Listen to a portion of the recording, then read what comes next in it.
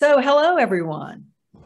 Um, Welcome to the SEEP webinar on annual giving.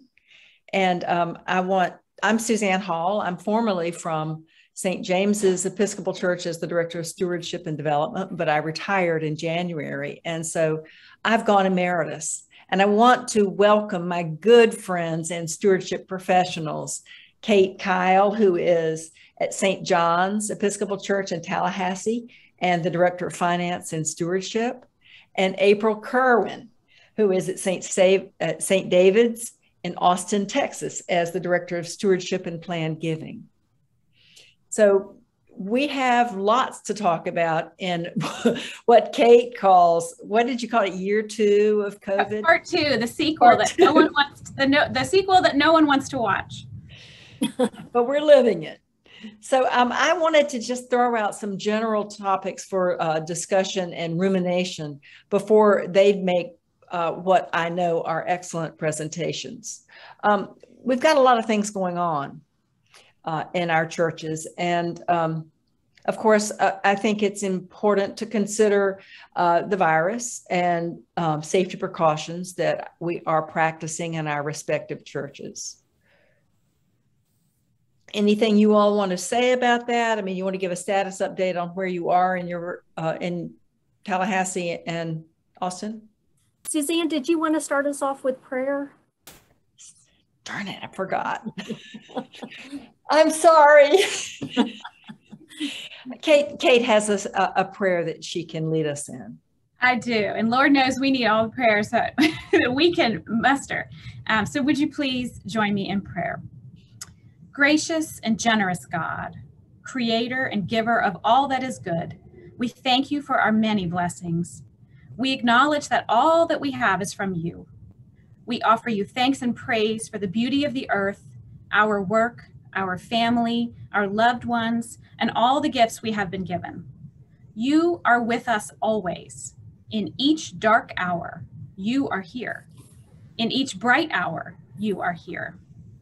Blessed by your grace, may we show gratitude by sharing what we have been given. By serving our brothers and sisters, we serve you. Protect and guide us on our journey, and guide all who are involved in stewardship. We seek to be your faithful stewards. In Christ's name we pray. Amen. Amen. That's a great prayer. Thank you. So, back to where I had jumped in, talking about virus loads and protection and precautions in your respective communities. Well, I don't know. April and I are blessed to live in Florida and Texas, two of the nation's hotspots, with just a smidge of controversy about the virus and the pandemic and our response. Mm-hmm. Here at St. John's, we convened immediately last year a COVID task force that has met regularly to help guide us with what do we do, what's safe, how do we handle all this.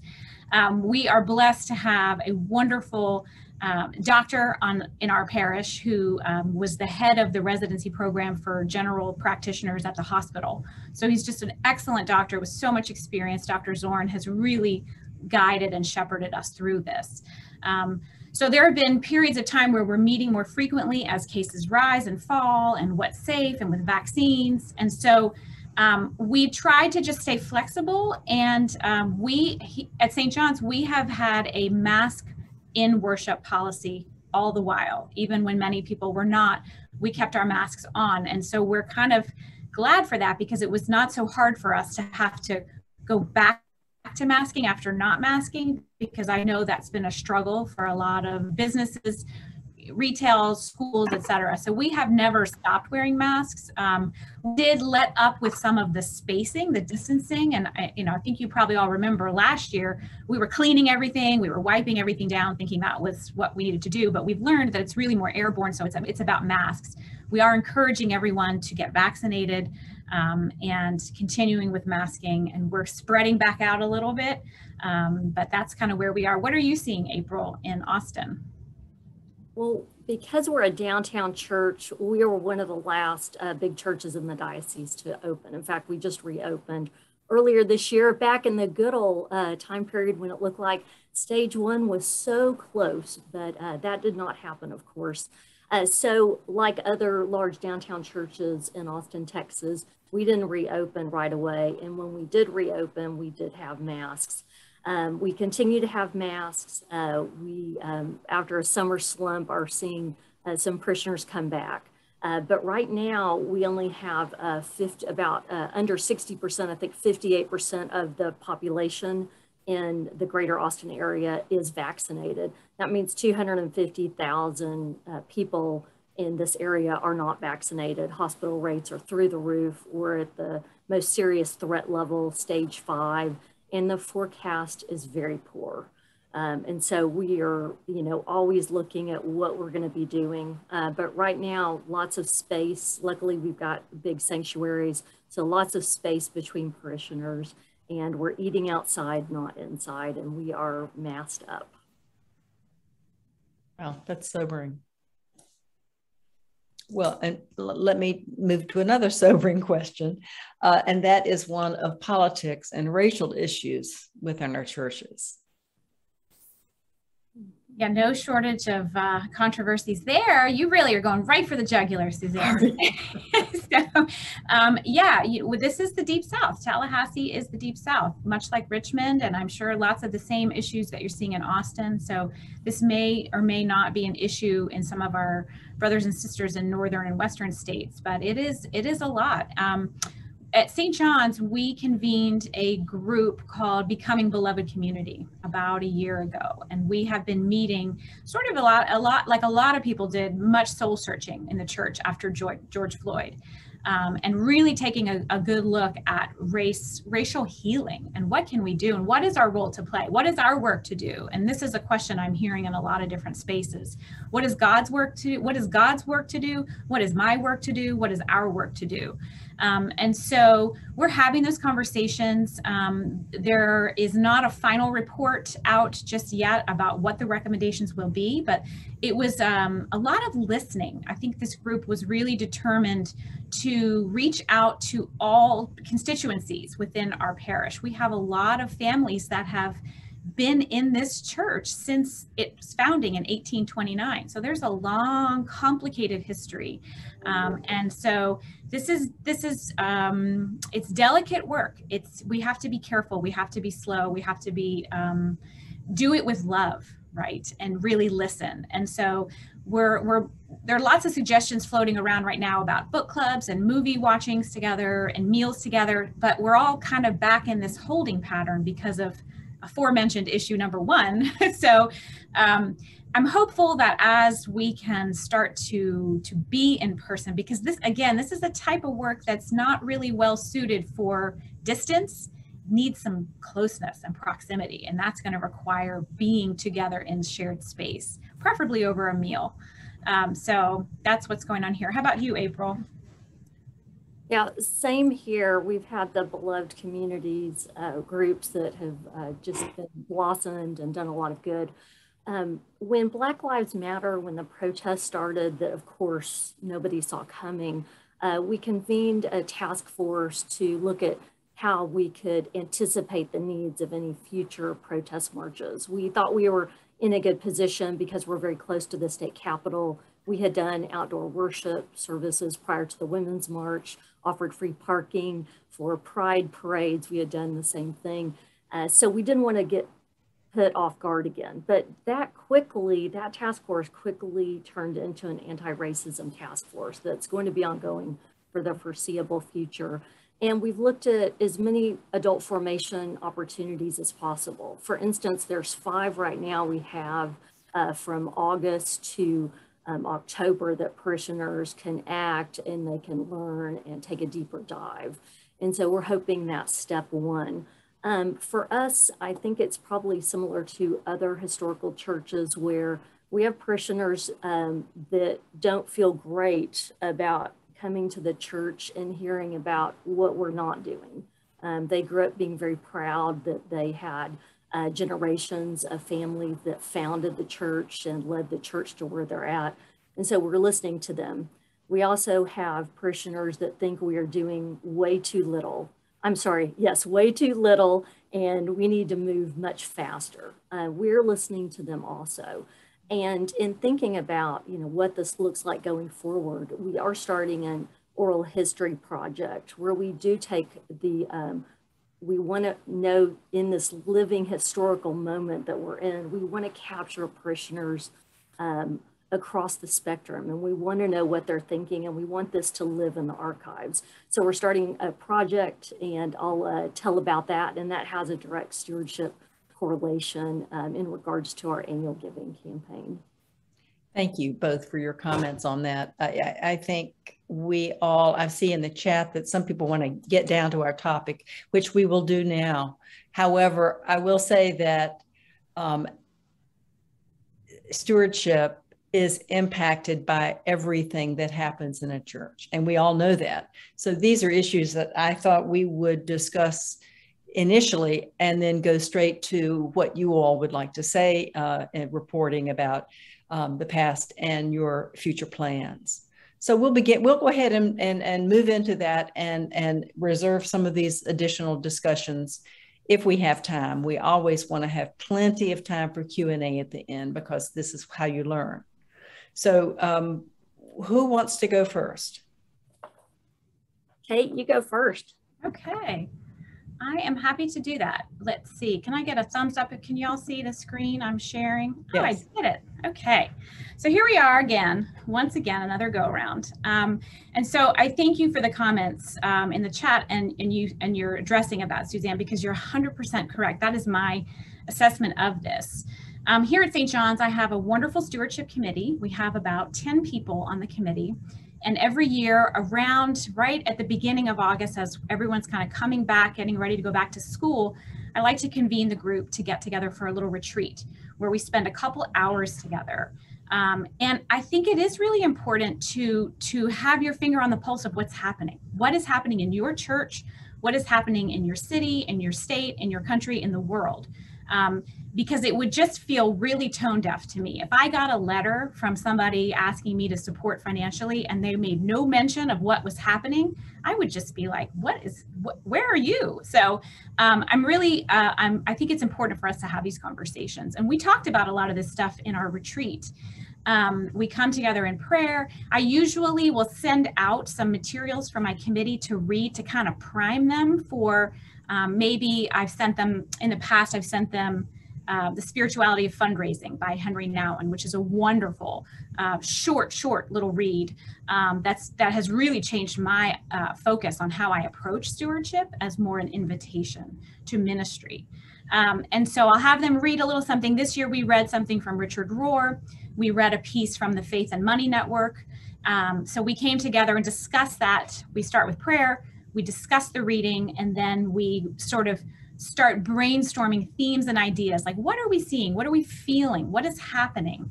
And so that is our stewardship retreat. And so, when we were putting this together, it's impossible to ignore these giant elephants. There's like a whole stampede of them, right? Of all these issues. And so we talked about those things. The words that bubbled up for us this year over and over were connection, community.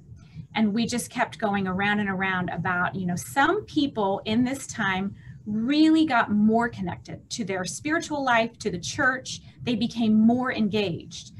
Interestingly, a lot of them were our older parishioners who maybe in the past had not used technology, but had maybe a daughter or a granddaughter or a son or a neighbor or somebody who helped them out, or they just figured it out. And they were able to participate in virtual classes, online worship streaming. They were really getting more and more engaged. So some were very connected and some were very disconnected. And we found that a lot of our younger families were the most disconnected. The people who, the working parents who were on Zooms all day, kids who were in school Zoom all day, the last thing they wanted to do on Sunday morning was Zoom church and Zoom Sunday school. So we had to get creative. We had to do things like neighborhood Eucharists, where we would encourage a small group of neighbors to get maybe just people right around them, 10 or 20 together outside, spaced out. Our priests would go to them. We had some fun children's ministry activities, like kind of drive-by things. That has kind of come and gone. I think a lot of us feel like we've done that.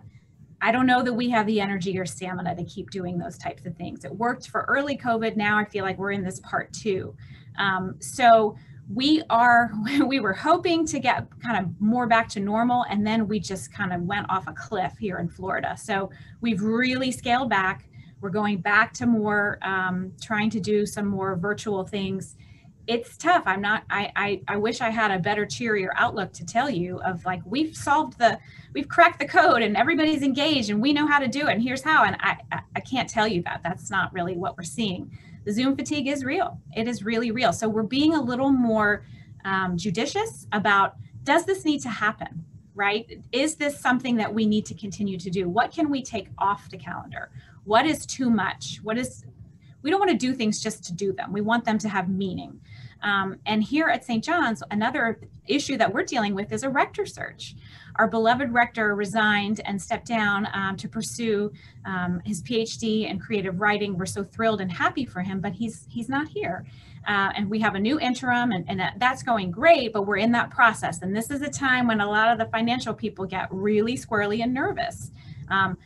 Was it the rector that made people engage, or what was it? And so we are really, it is important. It's essential for us, for lay leadership to really step up and be the church.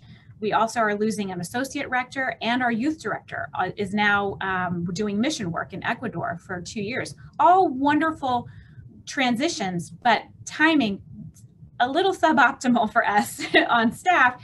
So we have a lot of transition down the road. And so the message that I am getting out to people as much as I can is the church is not the staff, the church is not the clergy, the church is all of us. And we need leaders to step up. We need new ideas, and we need them to take the reins on some of these things.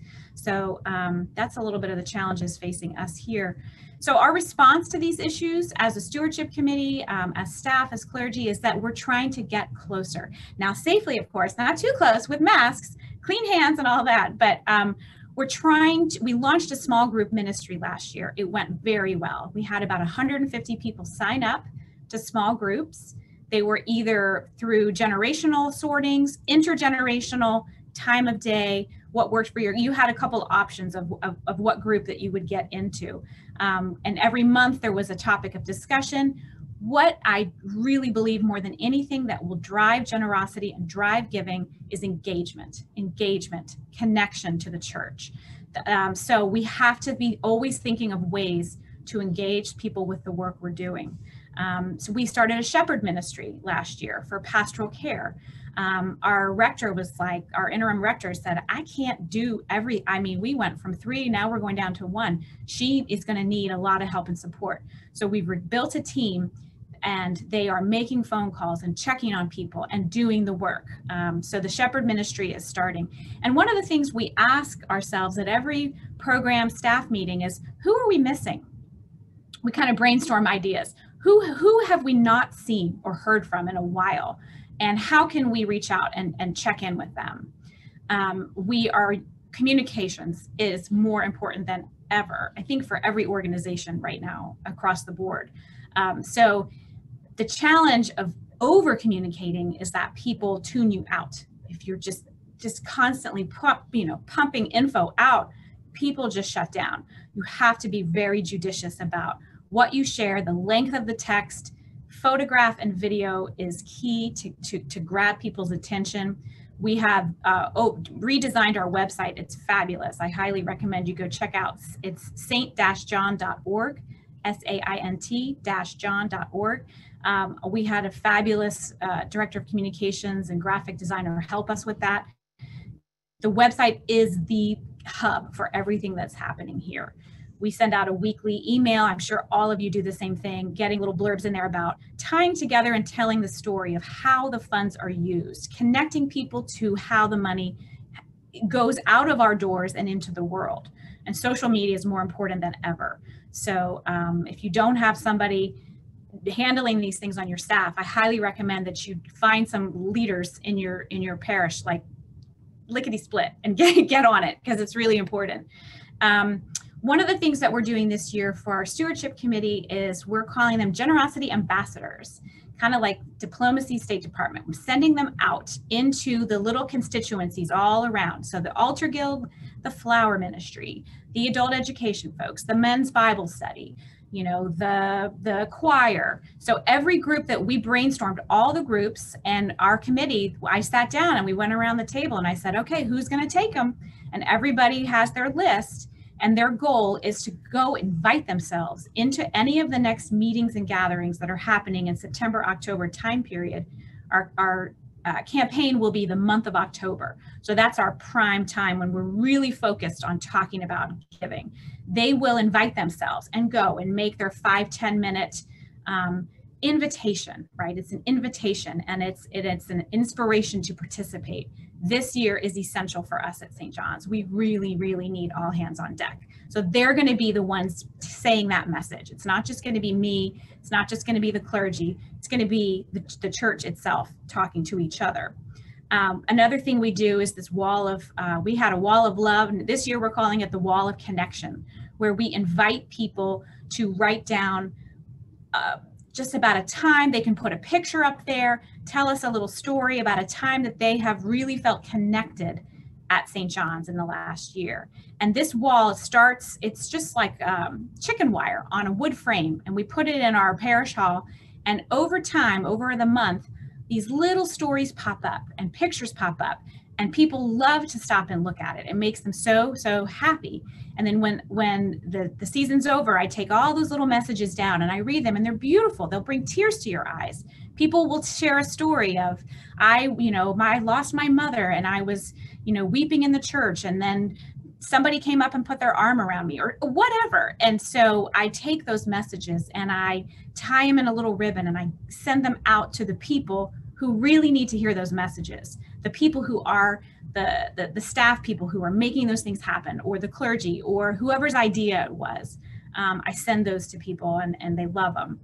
We're going to keep using video, quick little 2-minute videos of testimony for why I give kind of things. I think you probably have all seen some of those, but people like them. They like to see each other. No one really likes to do them, but you just coach them up and you tell them they can do it. And for some people, it feels a little easier than popping up in front of a whole church.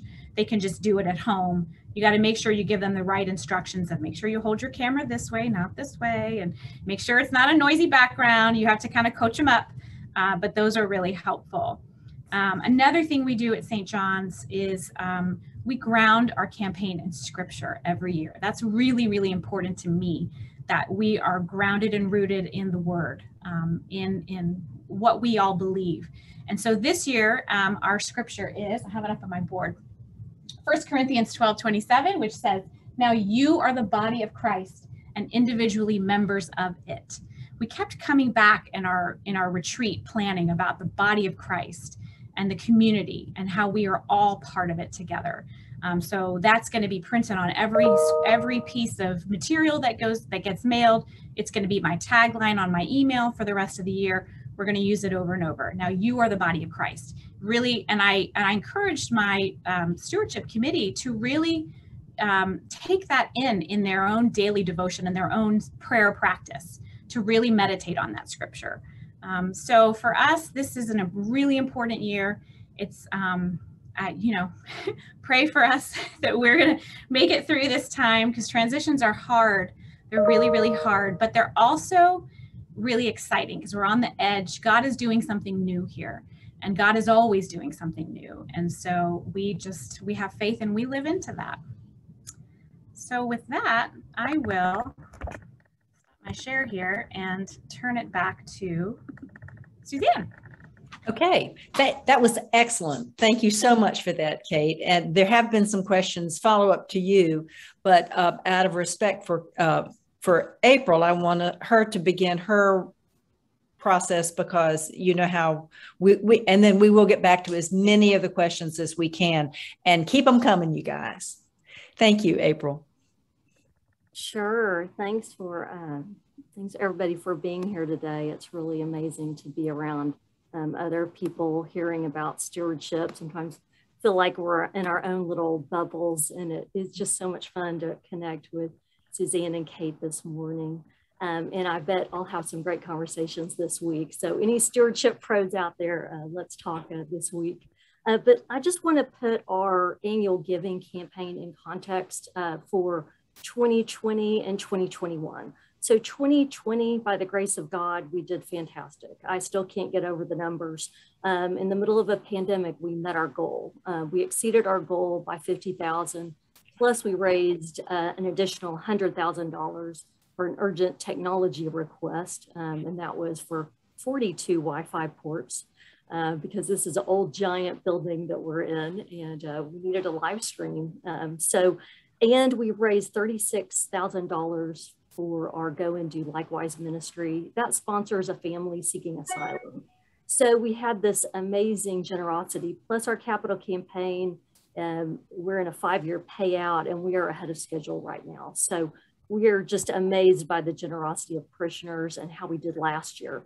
This year, we continue to be on track for giving, which is just a miracle to me. But I think this year requires some special thought and consideration. So I thought it might be helpful just to share with you what our annual giving request looks like.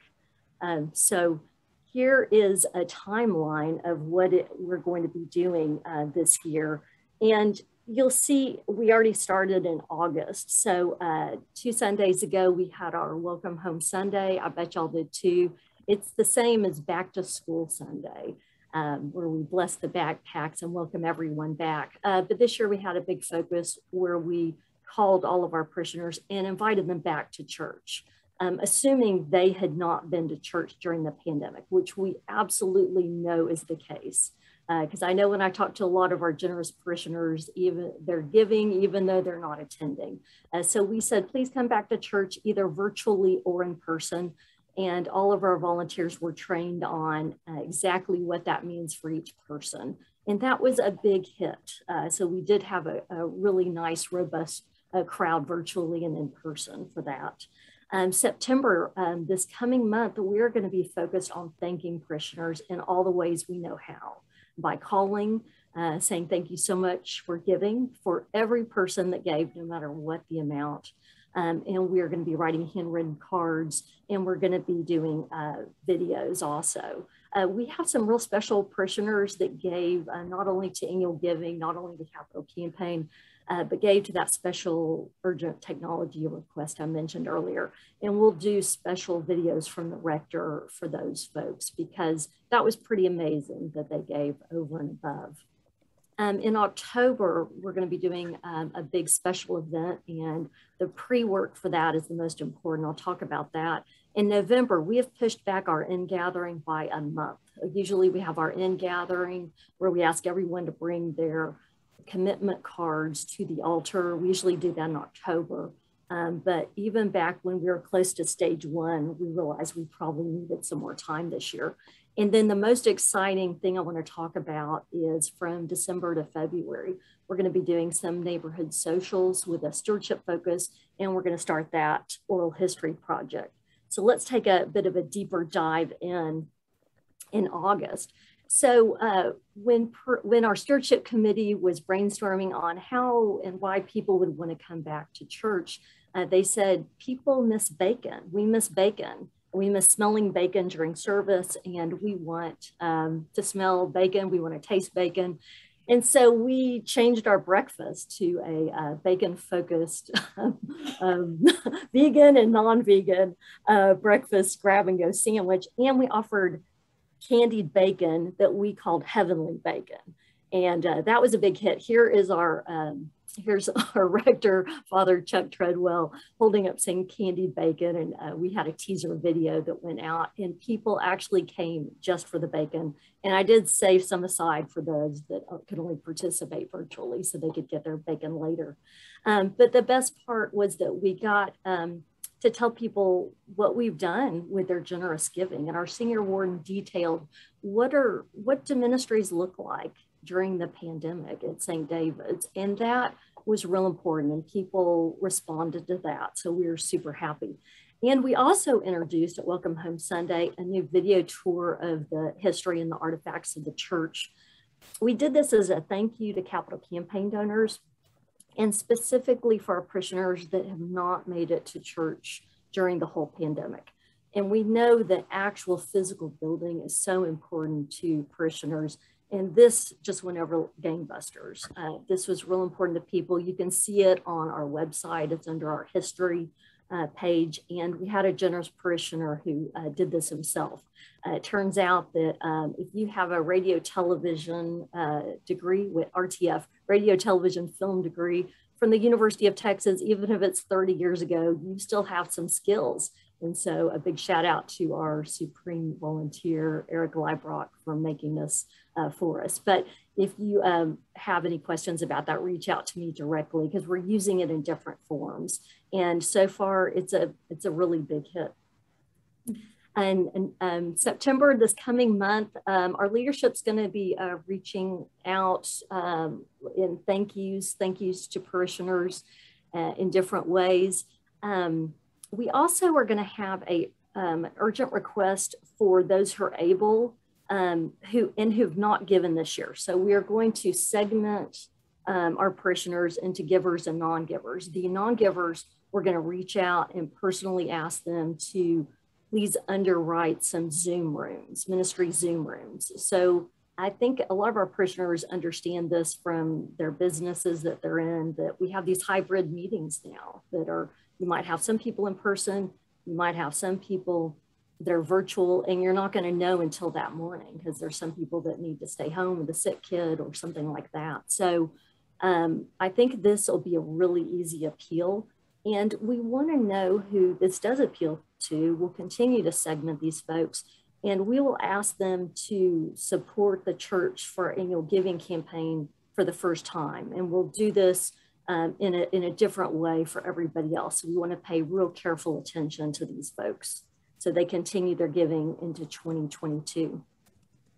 So October, we have a special event coming, God willing. This may have to be on our surface lot.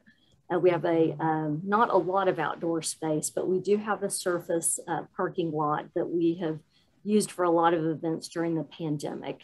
And it's ugly, but it's big. And we can put a tent on it. So we may put a tent and have a big event with a jazz band for both our capital campaign donors and our Legacy Society members. So we're gonna combine these folks for the first time ever. We're gonna bring in our retired and beloved rector that we have our new worship space named after, Jim Bethel and his wife Ann, that are dearly beloved. We'll have a little party for the folks that have known the Bethels for decades, and then we'll have our big event. In advance of this, there's lots of work, and that work is reaching out to the people that weren't able to make a capital campaign gift in the last 2 years or any kind of commitment, and seeing if they're still interested. And also to all those people that have been planning on updating their will or planning on leaving a legacy gift and their estate plans, but haven't signed the declaration of intent. And so we want those folks to go ahead and sign those commitment cards, send them to us, and then we will send them an invitation. So it's nice to have a deadline for this. I have these beautiful save the date cards that I've wanted to send these out for a week now, but we need to make sure we can have this event. So I'm really hoping it works out. We also have a major giver that is considering the largest capital campaign gift to the church, and we're hoping to announce it at this event. And so again, this deadline offers and affords these wonderful ways to make sure that gifts can happen. So I'm hoping that this works. In November, this is our in gathering where we ask people to bring their pledge cards to the altar, and we call them our commitment cards. And we have a big all parish worship and barbecue picnic that we call Harvest Sunday. And this year it'll look a little different. We'll be spread out more. We anticipate less people in person. So we'll be doing a lot of advance work, calling, and just getting those commitment cards in. And so for the month prior, we'll have videos, we'll have witnesses in services. and we'll have parishioners detailing why they love St. David's and why they give to St. David's. So the two go hand in hand, right? And then this is what I'm most excited that we have coming up. Like Kate in Tallahassee, we had some Eucharist groups. We called them communion groups, and they were small groups of 10 to 12-ish people organized by neighborhood where we had communion. Now, when we were close to stage one, we said we didn't need these anymore. They have disbanded, but I'll be contacting those hosts and asking if they would like to host a one-time stewardship neighborhood social. And this picture is from a recent hike that we did at the church, but a lot of our parishioner backyards look just like this. And so they were looking at doing casual events that are mid-afternoon. And in Texas, you can do this in December and January and February. And we will not have a big meal like we have at previous stewardship dinners in the past. We're looking specifically at having just an hour-and-a-half event. We don't want the host to have to do too much. So we're going to provide stewardship in a box. We'll have clergy or leadership, somebody from vestry, come and bring some lemonade and cookies and brownies and cut fruit and give a brief presentation and lead a brief discussion. But we do have parishioners saying that they miss the fellowship. And so we think this is a way to bring this back, and especially if we're going to bring back communion or these Eucharist groups, and that's under consideration right now. So we're excited about this. We already have almost everybody on our stewardship committee wants to host one of these gatherings. And the best part is that they're only an hour and a half, and the host really don't have to do anything other than just have a space in their front or their backyards to do this. And the second thing I wanted to talk about during this time period, we're going to launch this oral history project. In fact, I'm writing a grant application today for this initiative. But back to listening to our parishioners and making sure that all voices are heard, we have an opportunity to celebrate our 175th anniversary, which is in the year 2023. It's also the end of our 5-year capital camp payout, so we can have a big giant party. And in advance, we want to collect oral histories. So much has happened in the living history of parishioners, such as the ordination of women, women elected to the vestry, same-sex marriages, and we feel like we don't have a real good history of all these things. And in addition, with Black Lives Matter, that has happened last year and continues on, and all the racial reckoning initiatives that are going on, we feel like now is the time to capture parishioners' oral histories. What we want to do is we have a page on our website that will be dedicated, and we will condense 175 of these interviews into 3 to 5 minute segments. They'll be accessible to anybody interested on our website. And we're really excited about that. And we're going to open it up to a variety of parishioners. And I've already started talking to parishioners about this. And I've got a room reserved in our basement that's nice and quiet. And we'll have some dedicated video equipment. And we will have volunteers that specifically are trained in capturing oral histories and in asking questions that may be sensitive or a little difficult. And so we're excited. We think this is real important for coming generations, not just current generations, but coming generations at the church. So we're super excited about all of this. And I bet there's some good questions, and I'll turn it back to Suzanne. Thank you very much, April. You are busy. Both of you guys have done some amazing work. There are questions. There are lots of good questions. First of all, a simple question for you, Kate. How many are in your small groups? Yes, they vary based on the group, but I would say average is about 8 to 15. Great. Another really good question, and one that's a little more complicated, is a terrific one to how to introduce a parish to the idea that the rector and treasurer will know about pledge amounts. They have a culture of only the bookkeeper knowing the amounts of pledges. There are a lot of reasons why the rector and treasurer should be able to know about what pledges are, but the parish is about evenly divided between people who assume the rector has the information and people who don't want the rector to know their pledges. You all have some thoughts about that? I do, but I'll let you start. Mm-hmm. I'll start just saying briefly, yes, we have a culture here where the rector knows. And so I know and the rector knows, and I have an assistant and she helps me with paperwork, and she knows. She's not a church member. The rector typically, I think it's important for rectors to know this information because a pledge, it can reveal things about what's going on behind the scenes. It can be an indicator that there's a problem, that people are angry, that they're hurt, or it could be an indicator that there is grave hardship that they're not sharing about financial matters, about jobs, about health. So it can very easily be a pastoral issue that a rector, in absence of any information, would never know that.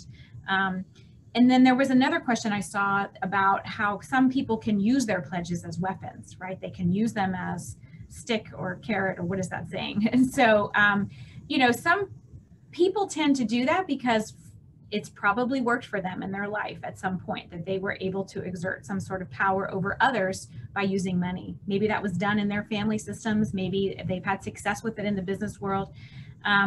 Sort of our attitude around here is, you know, I understand, you know, a lot of times what you have to really do is just listen to people. If you can really just adopt a posture of deep listening and reflection, making sure you hear exactly what that person's saying to you, really, really deeply listening without, you know, challenging or asking questions or giving advice or relating, but just say, I heard you say this, and I get that right. Really, and then making some guesses with empathy. What is this about for you? Because sometimes when we're fighting about money things, it's not really about money that we're fighting about. It's about something else. So having that empathy, that ear for empathy, to really just hear someone, oftentimes I think that is the key to all of it. If they still decide after that conversation that they're not happy with the direction or they're not happy with the decision, you can simply say, I'm very sorry to hear that, but I understand your decision, and move on. It's not going to change the direction of the church. We can't, you know, you just can't give in to that. So what do you think about that, April?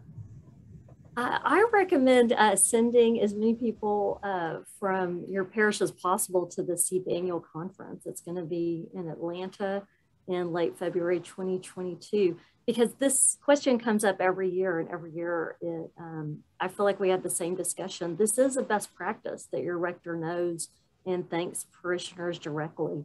As Kate says, it's so important pastorally to know. I attend all the pastoral meetings weekly, and I'm often privy to information about sickness, about the death of a loved one, about things that a lot of times our parishioners say, oh, don't bother the rector with this. He's so busy. And I let them know that is why he went to seminary, to make a difference. The pastoral needs are, I think, really tied directly with giving.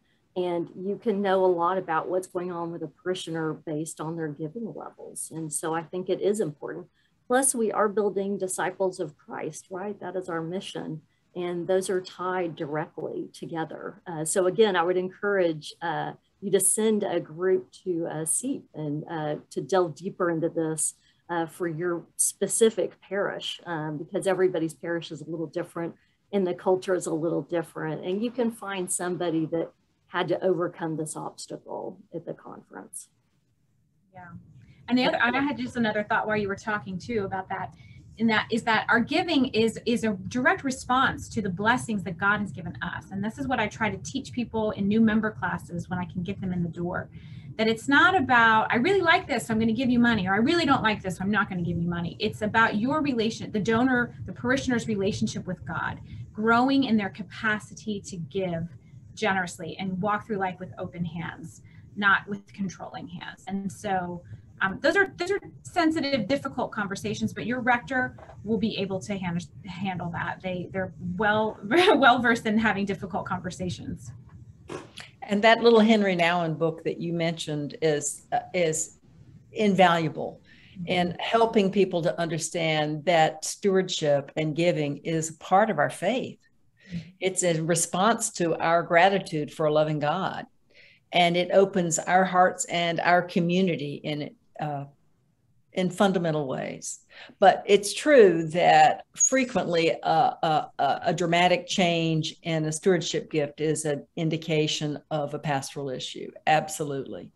And, you know, obviously it's very private information, but leadership in the church, whether it's just the rector or maybe the senior warden or maybe the stewardship chair, should have some access to limited information, because it's for the health of the church, and everyone should give. There was another question about members that don't give. It's always a continuum in a church. You have to date before you go steady. But you know, that's why stewardship messaging is a year-round topic, always vital. It's key to our church's functional health as an organization. I have some sort of nuts and bolts questions too for you, April, to please explain more about stewardship in a box. Sure. For our host for these neighborhood socials, we want to make it as easy as possible. We feel like everybody's life is disrupted, and we just, you know, we're so grateful that parishioners are able to open up their homes or their yards. And so stewardship in a box means you don't have to do anything except provide the space, and we will bring everything. So we will have a speaker that makes brief remarks and leads a discussion, a thoughtful discussion. And that speaker, hopefully will be mostly clergy, will come with some sweet treats from our Cafe Divine and some cut fruit. But we have to have our lemon bars and our brownie bites, espresso brownie bites. You just need one, and or you'll be wired. And some other treats like that. And then anything that they need. And so we just don't want our host to have to do anything other than provide the space. Thank you. And another question is, how did you structure both of you, actually, your oral history interviews? Were they, did you have some key basic prompts, or was it just kind of an open mic? And that's enough for now. And then we'll take the next question. So we haven't started yet, but we do have a historian who is specifically trained and skilled. She's a former college professor, and she is going to train our volunteers in capturing information. So they will all have a very structured list of questions to ask, but we will be doing some pre-interviews with them first and figuring out what they want to talk about, and then we will organize it around a theme. So one theme could be our downtown footprint. Another theme could be all the nonprofits and our hospital system that we launched at this church. Another could be the LBJ years when his family attended the church. And so we'll do those pre-screening questions, but then the questions will be geared. And I don't have a list of the questions yet. Great. And I think the next question was about the testimonials. And I believe that, Kate, you were doing testimonials. Are they during the service too? So what we did last year, and I'm not 100% sure, because we had been moving forward with plans to have our big dinner, and then we had to pull the plug because our numbers are so terrible.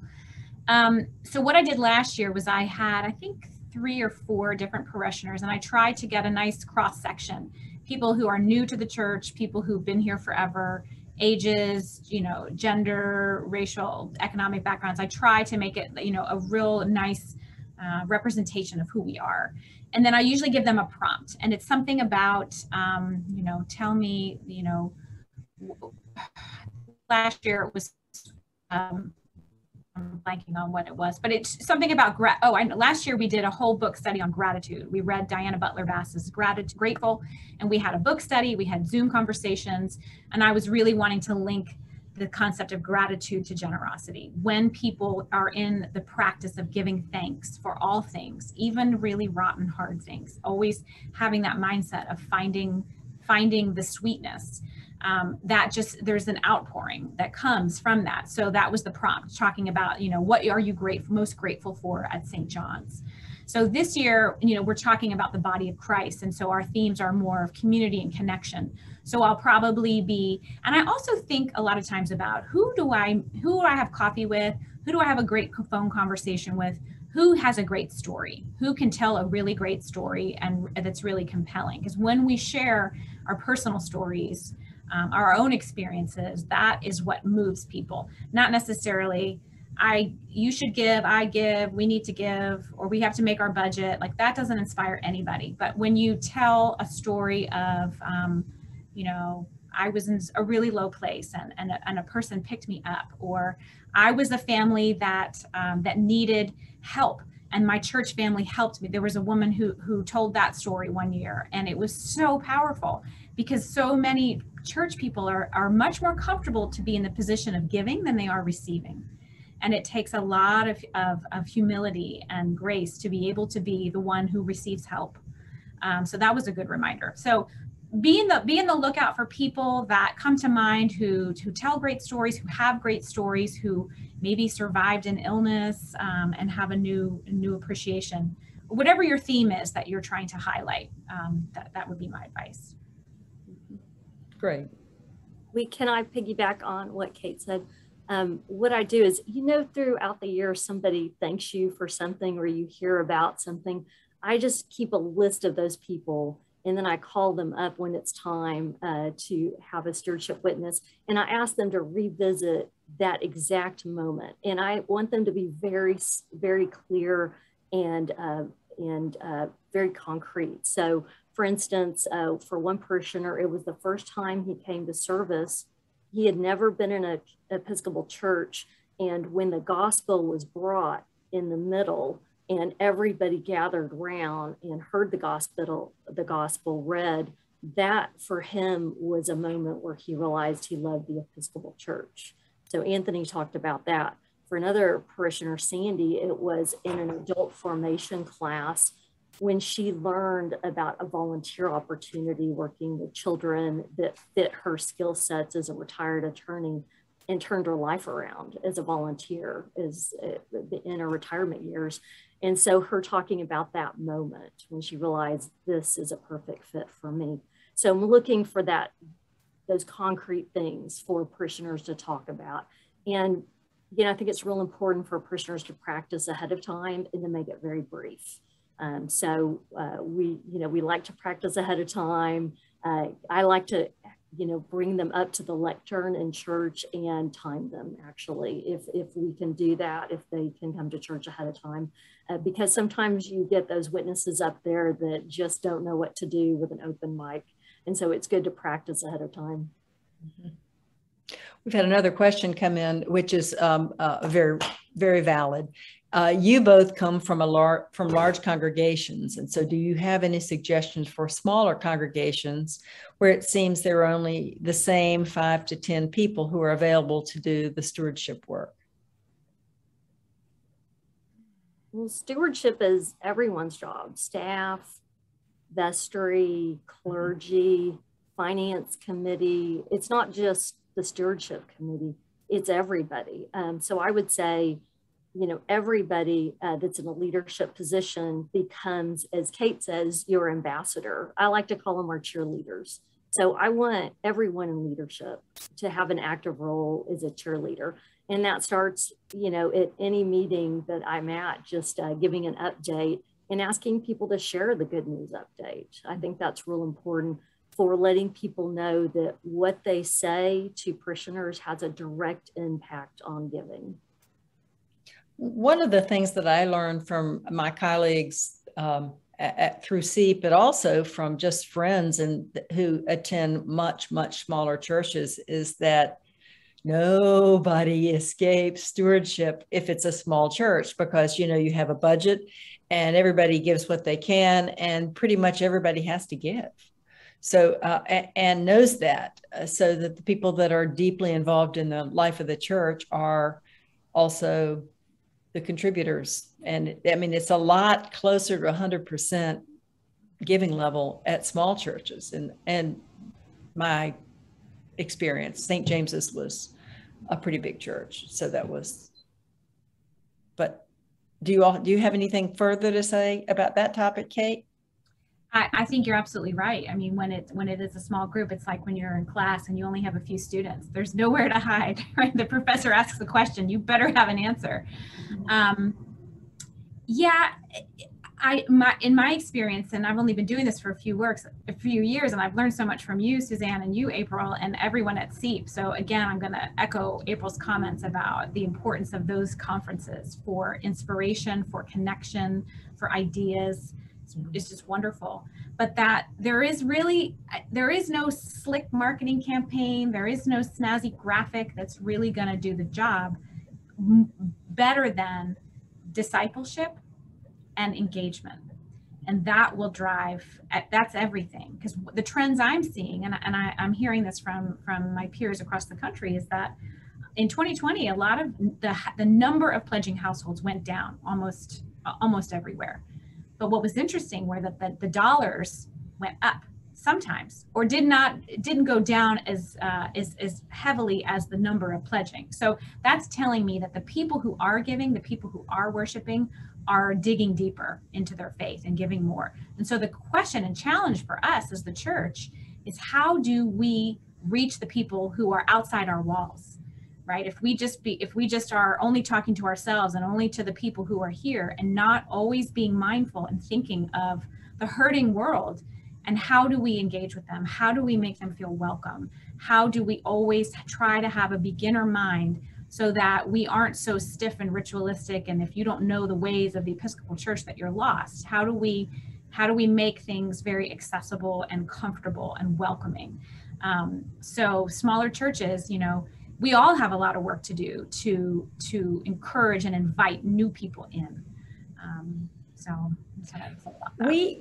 We also have noticed that there's a direct correlation between engagement and full engagement in stewardship. And to that end, for some people, people are zoomed out. Many people are zoomed out, but we started last Lent house churches. So we had, a small groups of 10 or so that would gather on people's decks around their fire pits and have a service.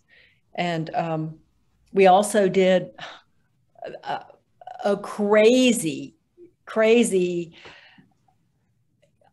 optimistic effort to call every single member of our church. And we have, 1,400 households. So, and it was called Call and Connect. And it was just, had nothing to do with stewardship. It was just checking in on people, especially those people that are not tech savvy and couldn't engage in any of our electronic offerings. We're becoming beloved community also, and have sacred ground classes going on. I'm in my second semester of facilitating a sacred ground class. And those small groups have been really, really valuable and serve as change agents for the church in a lot of ways, awakening to truths that we didn't even know about. We have 2 minutes. We have 2 minutes. Anyone have anything else you'd like to say in conclusion? I see that there's a question that I'm not sure I answered. It says, April, is there an issue with asking non-givers to fund Zoom rooms in September and then asking them to bring commitment cards to the church in November? What we're finding is that we are not having as many commitments made. Every year, the level of commitments decreases dramatically. People tell us they can't make a commitment, or they're a little confused by this idea. We dropped the word pledge a couple of years ago. But I think for this group, for asking for the non-givers who've never given to support something specific, is a way to open up giving and to have that year-round stewardship talk. I mean, when it comes down to it, we all have to do year-round stewardship. It's not just, for a season. It's continually in our minds, and in how we give that messaging in our communications is so important. That is the perfect way to wrap up. what has been an incredibly informative and very inspirational webinar on stewardship and the life of the church and the power of the Holy Spirit among us all. Amen. Thank you very much.